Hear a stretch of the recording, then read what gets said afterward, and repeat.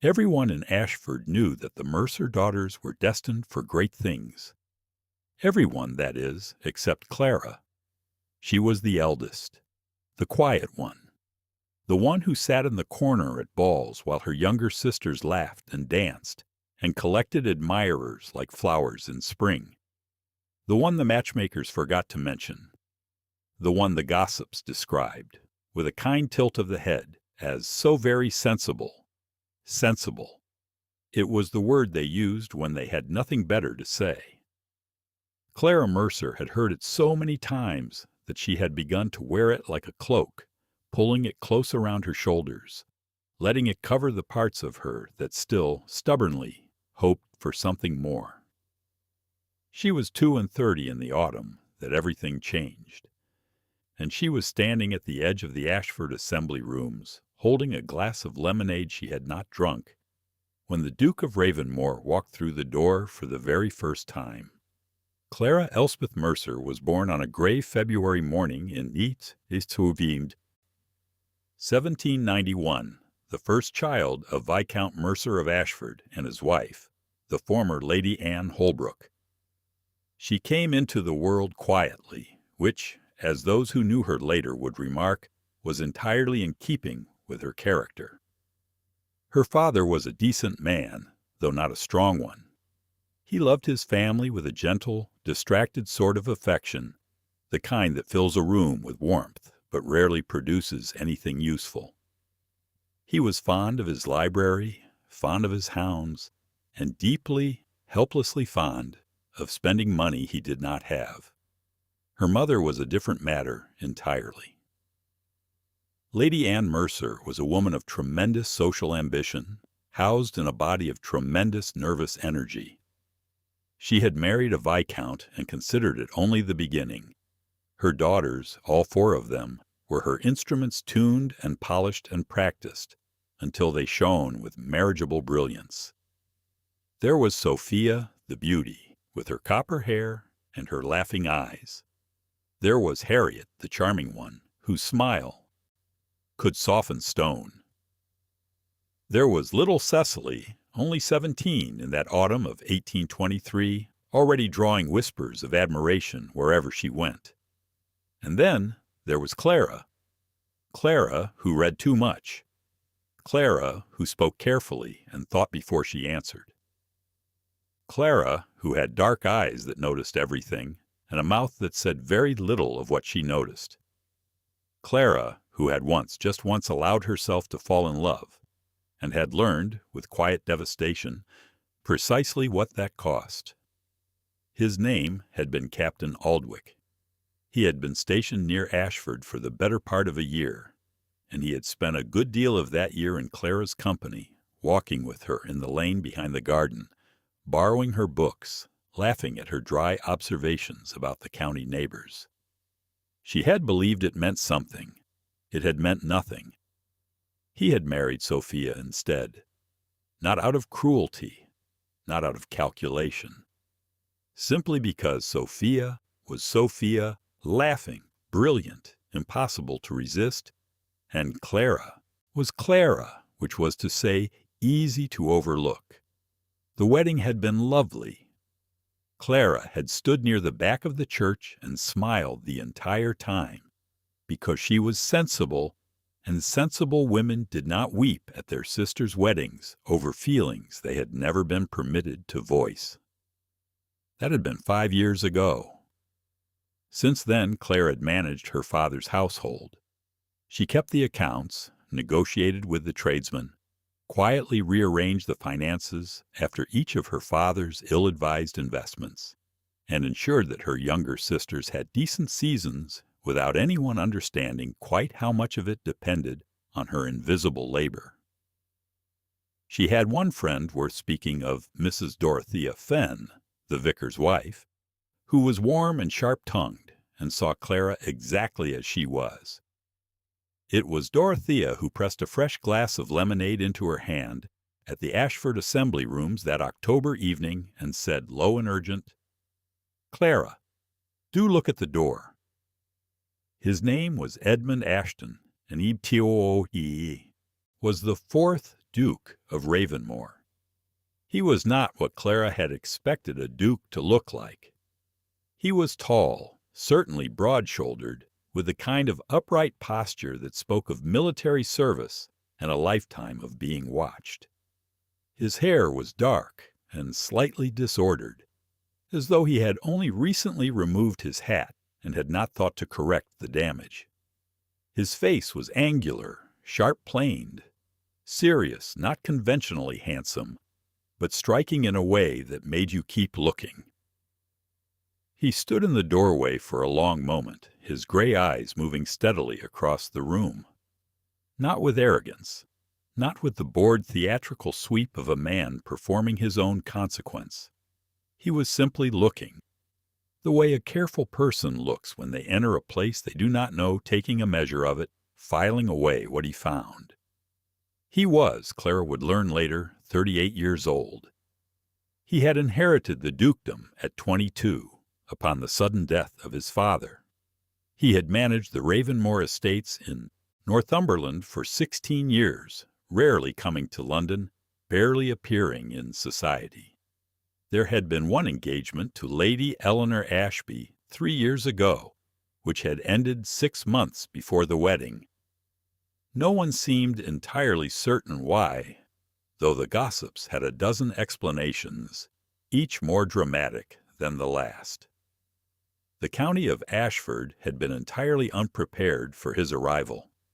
He had come, it emerged, because of the late Viscount Fenwick's estate, which bordered his own property to the north, and which he needed to purchase in order to secure access to a crucial water supply. The late Viscount Fenwick's solicitors were based in Ashford, and so here he was, the Duke of Ravenmore, standing in the Ashford Assembly Rooms on a Tuesday evening in October, because the solicitor's clerk had assured him it was the most efficient place to make introductions. "Ravenmore," said Dorothea softly beside Clara. "They say he almost never comes south. This is something of an event." "He looks as though he finds it a great inconvenience," Clara said. Dorothea glanced at her. "That is not displeasure. That is concentration. There is a difference." She paused. "He is looking this way. He is looking across the room. We happen to be on this side of it." "Clara, Dorothea, he is specifically looking at you." Clara did not turn to verify this claim.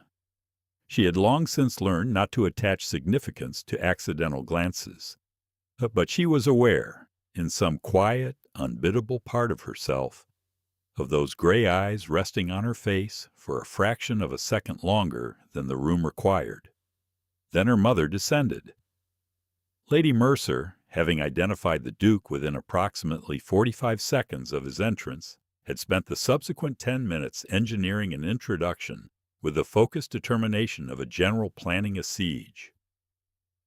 By the time she arrived at his side, she had secured the endorsement of the local magistrate and had her 2 youngest daughters arranged at her elbows, like particularly decorative weaponry.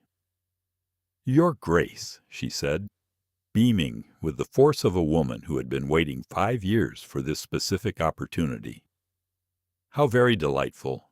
May I present my daughters, Miss Harriet Mercer and Miss Cecily Mercer." The Duke bowed, with the correct politeness and nothing more.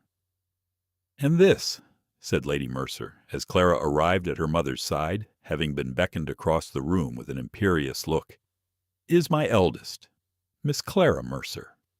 He turned. Those gray eyes met hers directly. "Miss Mercer," he said. His voice was quiet and measured, with a slight northern roughness beneath the formality. "Your Grace," she replied. She did not smile, not because she was unwilling, but because something about the directness of his gaze made performance feel beside the point. He looked at her for a moment, a real look, unhurried and attentive, and then the conversation moved on, her mother smoothly redirecting it toward Harriet's accomplishments and Cecily's recent success at the Harrogate Assembly. Clara stepped back to the edge of the room. She expected that to be the end of it. It was not the end of it. 3 days later, Claire was in Henshaw's lending library in the narrow back section between natural philosophy and history, when she heard footsteps on the wooden floor and looked up to find the Duke of Ravenmore standing 2 feet away, regarding the shelf beside her with the air of a man who had genuinely come for a book. She stared. He glanced down at her. "Miss Mercer," he said. "Your Grace." She paused. "Are you looking for something in particular?" "An account of the enclosure disputes in the northern counties 1790 to 1810. Henshaw claims to have it, but is uncertain of its precise location."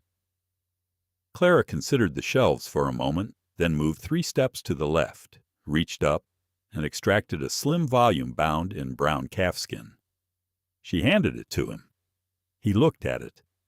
Then he looked at her with an expression of mild, but of genuine surprise. "You knew where it was." "I come here frequently.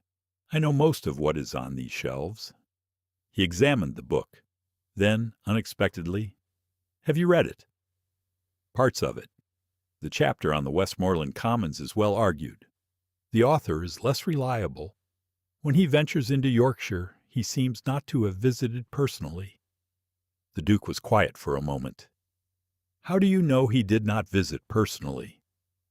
"His description of the terrain near Skipton is entirely wrong. I grew up partly in that part of the county. The gradients he describes are impossible." Something shifted in his expression. Not quite a smile, something more careful than that. An adjustment, as though he were re-examining an assumption he had already made. "You are observant," he said. "I have a great deal of time to read," said Clara, and turned back to her own shelf. He did not leave immediately. He stood there for another few moments, which she was aware of without looking, and then said quietly, "Thank you for the book, Miss Mercer," and walked away. She pressed her fingers against the spine of the volume she was holding, breathed once, and refused to make anything of it. But the following week he was at the Hendersons' dinner, and he was placed, by no arrangement of Clara's, at the far end of the table, which meant she could observe him without effort or intention across the candlelight. She watched him deflect Lady Henderson's arch questions about London with patient precision. She watched him listen to old Mr. Collier's rambling account of the Northern Railway proposals, with what appeared to be genuine interest. She watched the way his attention moved, always purposeful, never idle, landing on whoever was speaking with a quality of focus that was, she thought, quite rare. After dinner, when the ladies had withdrawn and the gentlemen joined them, he crossed the room in a direction that brought him near the chair where Clara sat with her embroidery. "Mr. Collier tells me you often assist him with the accounts for the Village Reading Society," he said without preamble. Clara looked up. "He exaggerates. I merely help him avoid the errors he makes every quarter in the column totals. He says you have reorganized the lending system so that fewer books go missing. It was a simple matter of categories. Most improvements are, he said. The difficulty is that most people do not see them until after they have been made." He paused. "Ravenmore has a library of some 4,000 volumes. My steward's attempts to catalog it have produced 3 incompatible systems and a great deal of confusion." Clara set down her embroidery. "That sounds like a problem of nomenclature rather than organization. What system did he begin with?" He looked at her. "I don't know. I shall ask him." A pause. "May I call on your family tomorrow, Miss Mercer? There is a matter connected with the Fenwick estate on which I believe your father might advise me." It was entirely plausible. Her father was known to have some knowledge of the local land boundaries. "Of course, Your Grace," she said. She told herself very firmly that it was about the Fenwick estate. The county of Ashford decided, within approximately 10 days of the Duke's arrival, that he intended to marry Cecily. It was the obvious conclusion. Cecily was 17 and radiant. The Duke was single. He had called at Mercer House. He had spoken to Lord Mercer about land matters.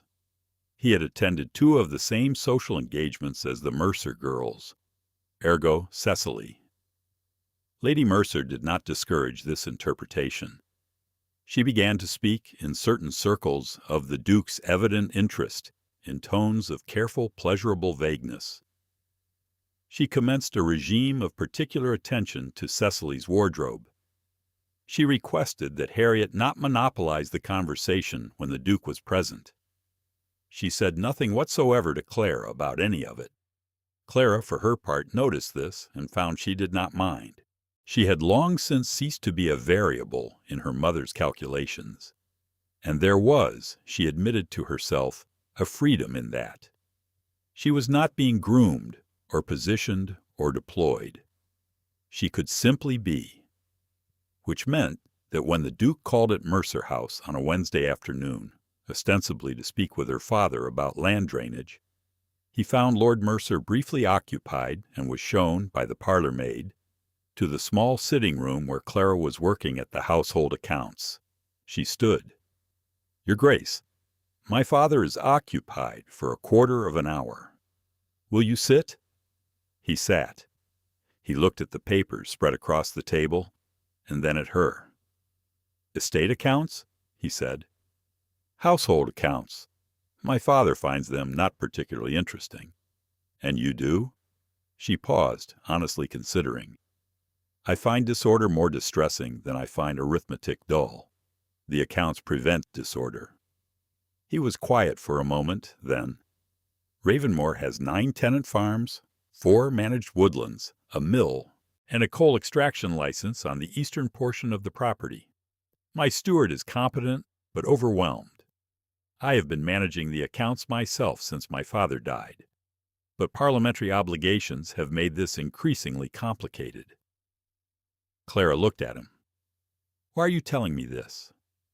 "Because," he said slowly, "you are the only person in this county who has made an observation about the terrain near Skipton that required having been there, who can reorganize a lending society without being asked to do so, and who does not smile at me to convey approval when I have not yet said anything worth approving."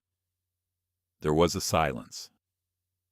"That is an unusual basis for a conversation," Clara said at last. "I find it more reliable than the usual ones." Her father arrived then, flushed and apologetic, and the conversation moved to drainage and the Fenwick boundary surveys. But something had been said that could not be unsaid. Clara carried it home inside her very carefully, like a bird, found on a windowsill, afraid to close her hands in case she was wrong about what it was.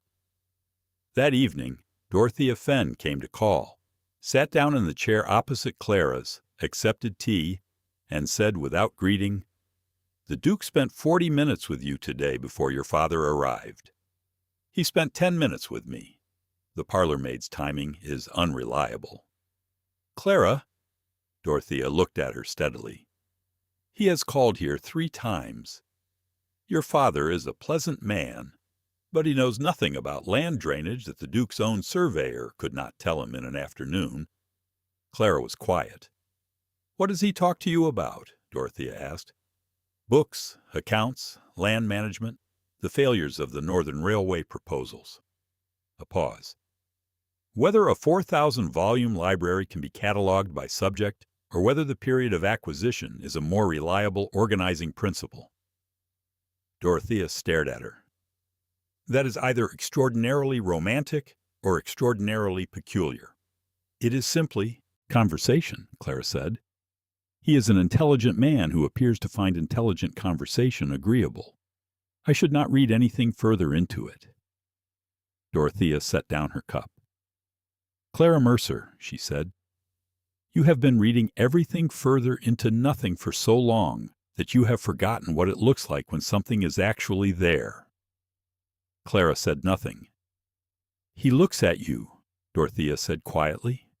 "Not at Harriet, not at Cecily, at you, and you are the only person in this room who does not know it." Lady Prescott's autumn ball was the largest gathering Ashford had seen in several years, and it was, from the first hour, consumed by a single subject, the Duke of Ravenmore, and which Mercer daughter he intended to honor with his attention. Clara arrived in a gown of deep gray green, not fashionable, but well made, and quietly becoming in a way she had chosen quite deliberately. Not to impress anyone. She no longer bothered with the performance of impression, but she had looked at herself in the glass that evening and had thought with some surprise that she looked like herself, and had been unexpectedly content with that. Her mother had looked at the gown, and looked at Cecily's pale rose silk, and had said nothing, which was, in its way, a kind of verdict. The Duke arrived an hour into the proceedings. He stood for a moment in the doorway, that same quality of stillness, that same measuring regard, and then he moved through the crowd with quiet purpose. He spoke to the host. He spoke to two gentlemen near the fireplace. And then he turned, and his eyes found Clara across the room. He crossed directly to her. There was a small, audible reshuffling of expectation in the section of the room that had been watching him. "Miss Mercer," he said, "Your Grace." She kept her voice even. She was aware of her mother, 3 feet to her left, going very still. "I have been thinking about what you said last week," he said, "regarding the Skipton terrain. You mentioned you spent time there as a child. Do you still have connections in that part of the county?" It was, objectively, a very strange thing to open a conversation with at a ball. Clara felt something loosen in her chest. He was not performing. He was simply talking to her. "My mother's family has a property near Grassington," she said. "I visited as a girl. The limestone pavements above the village are unlike anything else in England." "I know the place," he said, and something almost warm entered his expression. "I rode through there as a young man. I have not been back in 20 years. They spoke for 11 minutes, she counted later, with faint incredulity about the north of England, the specific quality of light over the moors in October, and the singular inadequacy of London to produce any sky that merited looking at. Then Cecily appeared at Clara's elbow, breathless and beautiful, and Lady Mercer materialized behind her like a force of nature. "Your Grace, how wonderful you and Clara have been keeping each other company, but surely you must claim a dance with someone before the evening is out." "Cecily has been so hoping." "I had in fact hoped," the Duke said, turning from Lady Mercer to Clara, "that Miss Mercer might do me the honor." The silence that followed lasted perhaps 2 seconds. It felt considerably longer. Clara looked at him. His expression was entirely calm, patient, as though waiting for her to agree to something that was already settled. She said, "Thank you, Your Grace. With pleasure." She did not look at her mother's face. She did not need to. On the floor, moving through the figures of the country dance, the Duke said quietly, "I apologize if that was managed poorly." "It was managed very precisely," Clara said. "That was not a compliment, I think. It was an observation." She glanced at him as they turned. "You are not, I think, a man who does things imprecisely." He was silent for a moment. "No." A beat. "Is that alarming?" Clara considered this quite seriously. "Not if the precision is in service of something honest." He looked at her directly, mid-step, as though she had said something that required his full attention. "It is," he said. "I believe it is." They finished the dance without another word. But when he returned her to the edge of the room, he did not immediately walk away. He stood beside her for a moment, looking out at the assembled company, the candlelight, the movement, the performance of it all, and he said very quietly, "I prefer this end of the room." Clara followed his gaze toward the wide windows, away from the crowded center. "So do I," she said. It was the simplest thing. It was, in its way, everything. What followed was not easy. Nothing in Clara's experience that was worth having was easy. But this particular difficulty had a texture she had not anticipated. The Duke began to call more regularly at Mercer House. He and Lord Mercer had by now apparently exhausted every conceivable discussion of the Fenwick boundary, but he came nonetheless. And he was shown to the sitting room where Clara worked, and they talked about books and management and weather and history, and a dozen other things that Clara found afterwards she could not summarize except to say that she felt, after every such conversation, more like herself than she had in years. But the county had not forgotten its verdict. The whispers had shifted uncertainly, begrudgingly away from Cecily and toward something more confused. There was no framework in the social logic of Ashford for a Duke of Ravenmore to be genuinely interested in Miss Clara Mercer. She was past her first youth. She was not a beauty. She had no fortune. She had no particular accomplishments to recommend her beyond a steady character and a good mind, which were not, in the general view of Ashford, accomplishments at all. And so, the interpretation that emerged was this: the Duke was being kind. He felt sorry for the eldest Mercer girl, who had been overlooked so thoroughly and for so long. He was a decent man, and decent men sometimes paid attention to the neglected wallflower, out of a sort of generalized compassion. Clara heard this. She heard it from the wife of the magistrate, delivered with a sympathetic tilt of the head. She heard it from a cousin who visited and said, with genuine warmth, "It must be such a comfort to have his attention, even if it is only charity." She saw it in her mother's careful avoidance of the subject, which was itself a kind of verdict. For the first time in years, doubt took on an edge. She could not quite dismiss it, because the thing was, she knew her own history. She knew that she had been wrong before, badly and painfully wrong, about what attention meant. She knew that she was susceptible, in spite of everything, to hope. And so, she made a decision. She would not hope. She would not build. She would accept what these conversations were, the genuine pleasure of two serious people finding each other's company agreeable, and she would not ask them to be more than that. She would not risk herself again. This resolution lasted with some difficulty for about a week. It was undone on a Tuesday afternoon in the garden behind Mercer House, when the Duke arrived and found her there instead of inside. She was kneeling in the far border, doing something practical with the winter mulch, because the gardener was ill and the beds would not manage themselves. She looked up, found him standing on the path, and said, because there was no sensible alternative, "Good afternoon, Your Grace. I am sorry. I was not expecting you until later." "You were not expecting me at all," he said, which was true. She had assumed, after the previous week's slightly shorter visit, that perhaps the county had been right after all. "I came earlier than I said I would because—" He stopped. He stood there for a moment, looking at her, kneeling in the garden with dirt on her, gloves and her hair coming loose from its pins, and he said, "Clara." It was the first time he had used her given name. She was very still. "I'm not good at this," he said. The composure was there, but something beneath it was strained, as though a man who had always managed very well alone had arrived at the edge of his own competence. "I am not good at saying what I mean when what I mean concerns things that matter. But I find—" He stopped again. "I find that I think about you constantly.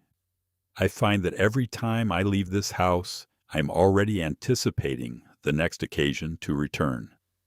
I find that I have attempted, on 3 separate occasions in the past week, to write a letter to my steward and written something else entirely, because I was thinking about what you said about the Yorkshire terrain, and I could not stop." Clara slowly stood up. She stripped the garden gloves from her hands.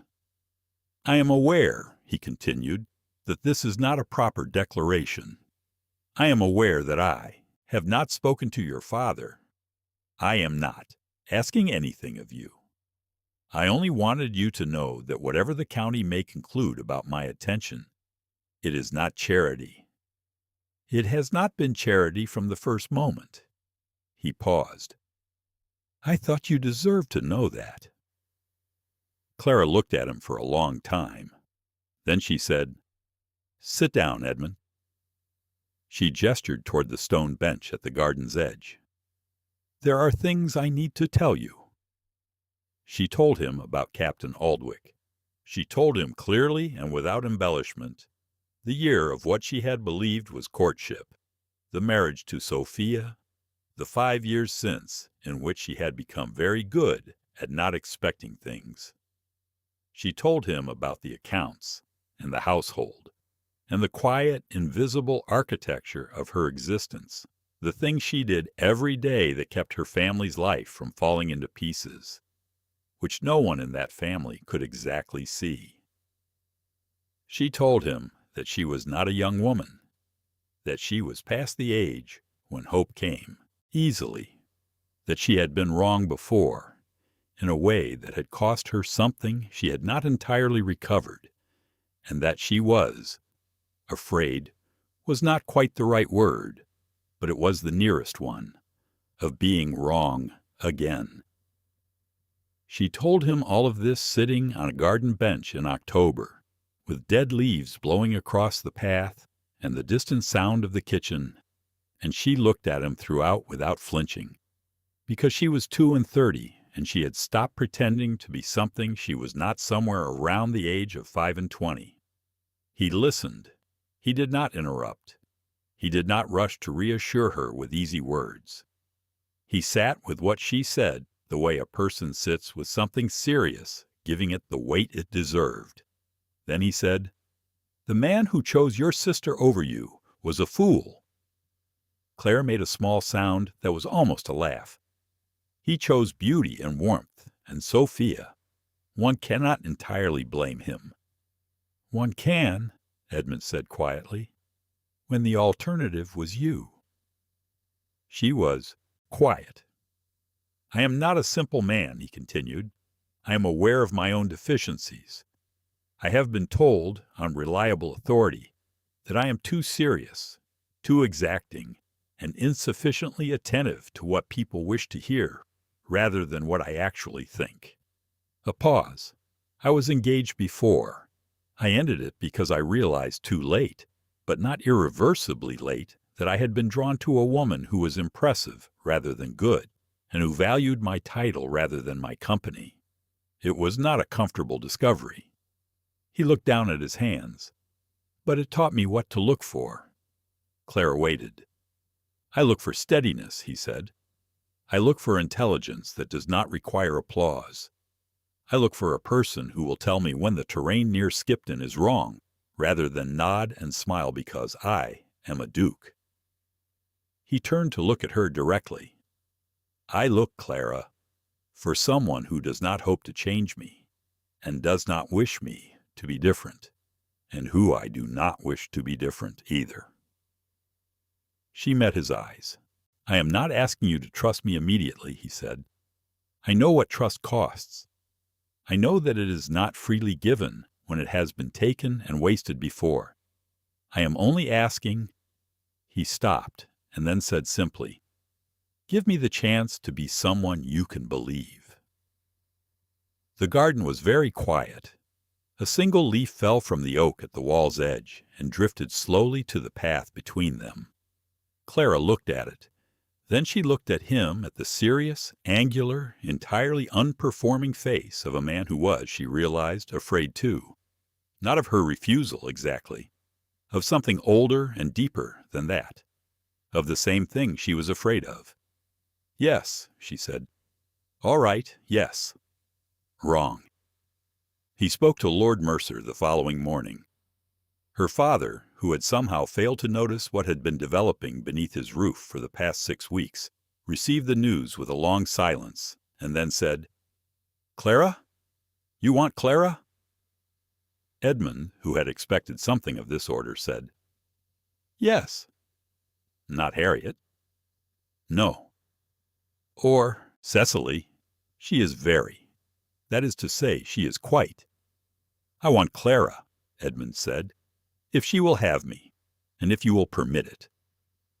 Lord Mercer looked at him for a while.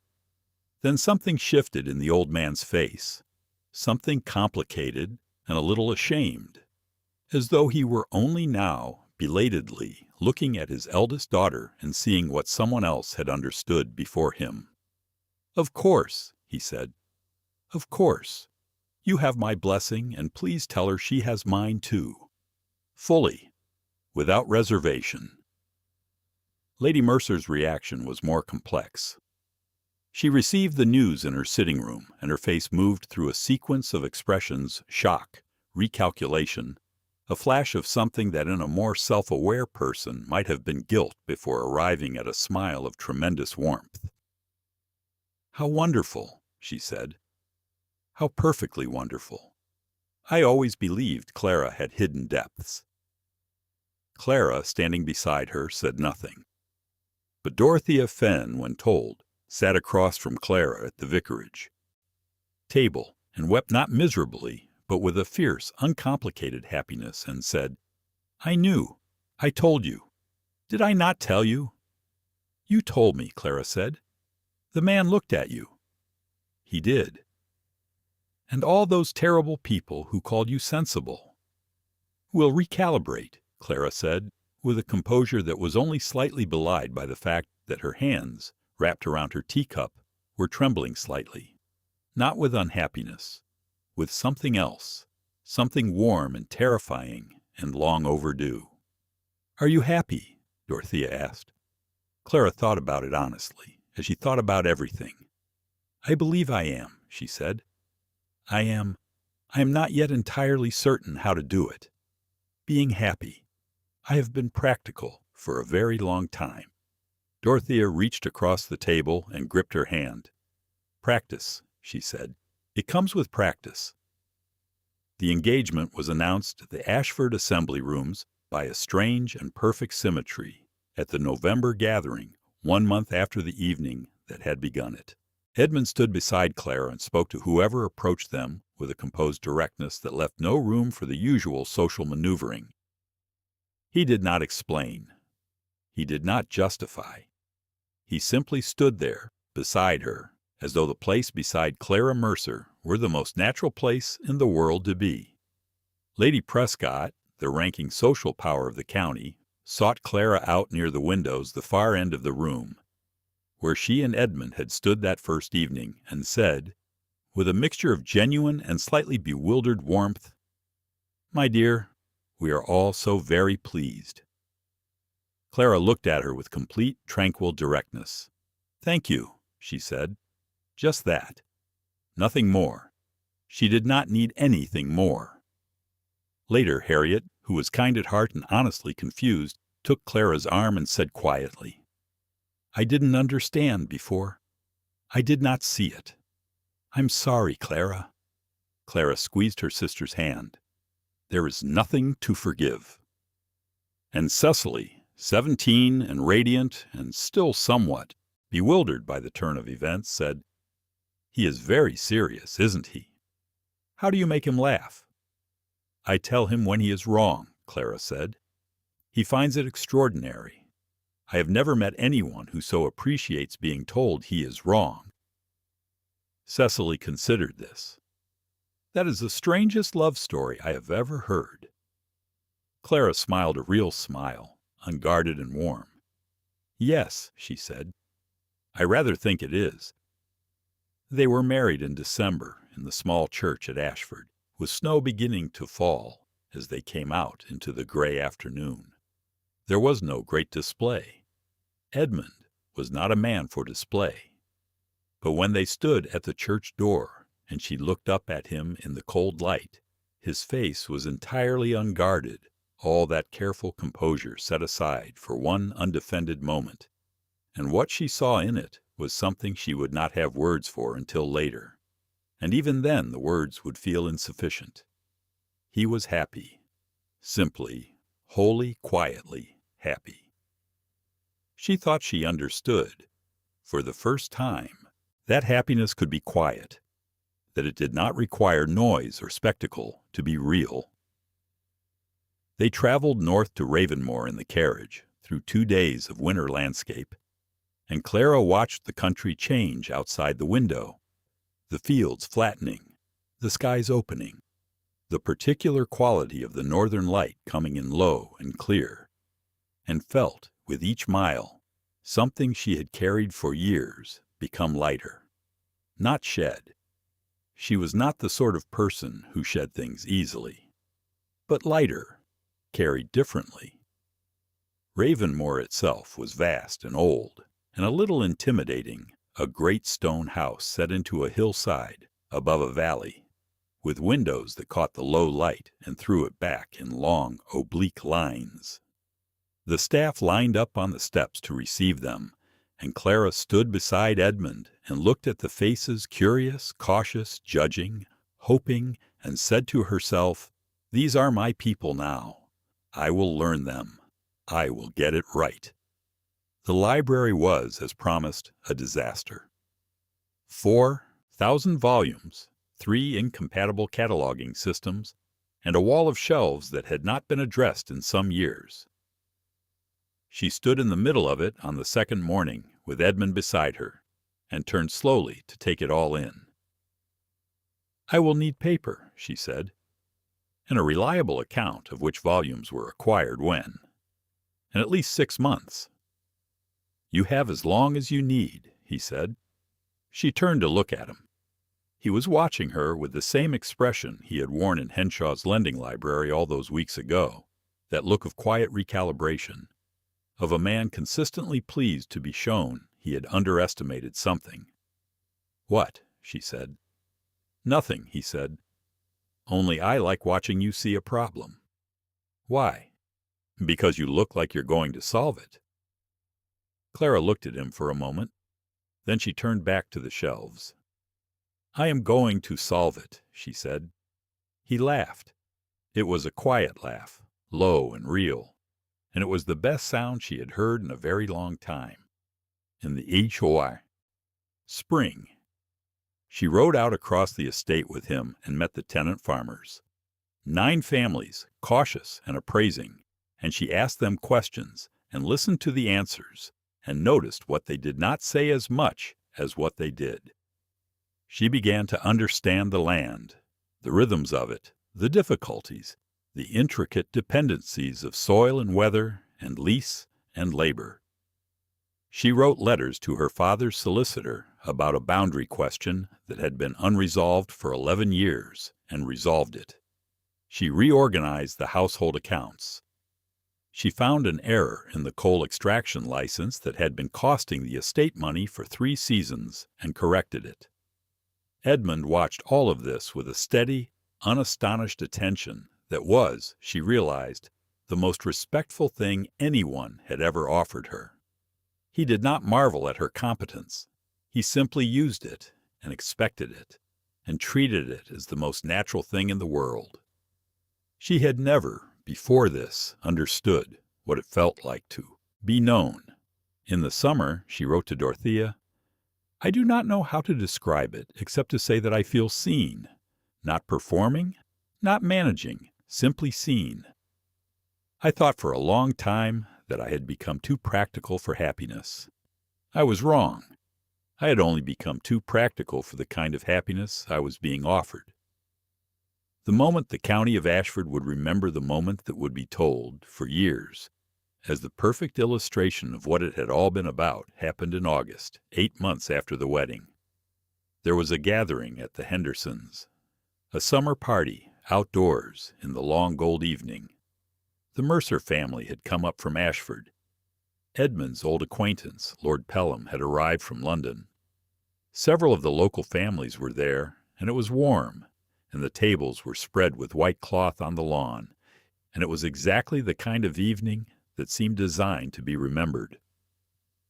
Clara and Edmund had arrived together and had been almost immediately separated, She'd drawn into conversation with old Mrs. Henderson, he claimed by Lord Pelham about some parliamentary matter.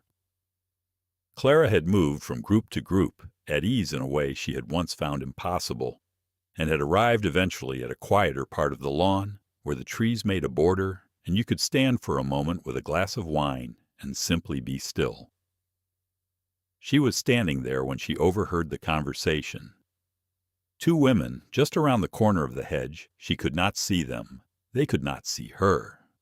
Their voices were low and pleasant, and carrying the particular warmth of people who believed themselves unobserved. "One cannot quite understand it, even now," the first woman was saying.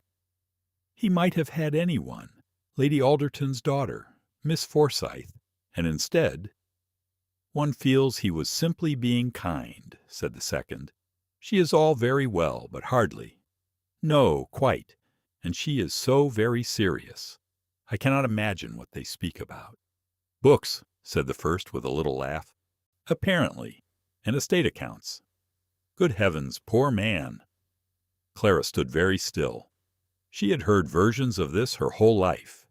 She had learned, over decades, the particular quality of pain that came from being measured against a standard she had never been designed to meet. She had learned to carry it without flinching.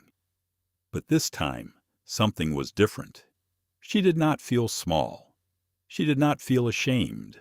She felt, instead, a clean, clear, curious kind of anger, not at the women who were only doing what the world had always done, but at the size of the world's imagination, at the narrowness of it, at all the years she had inhabited that narrowness herself, believing it was all there was.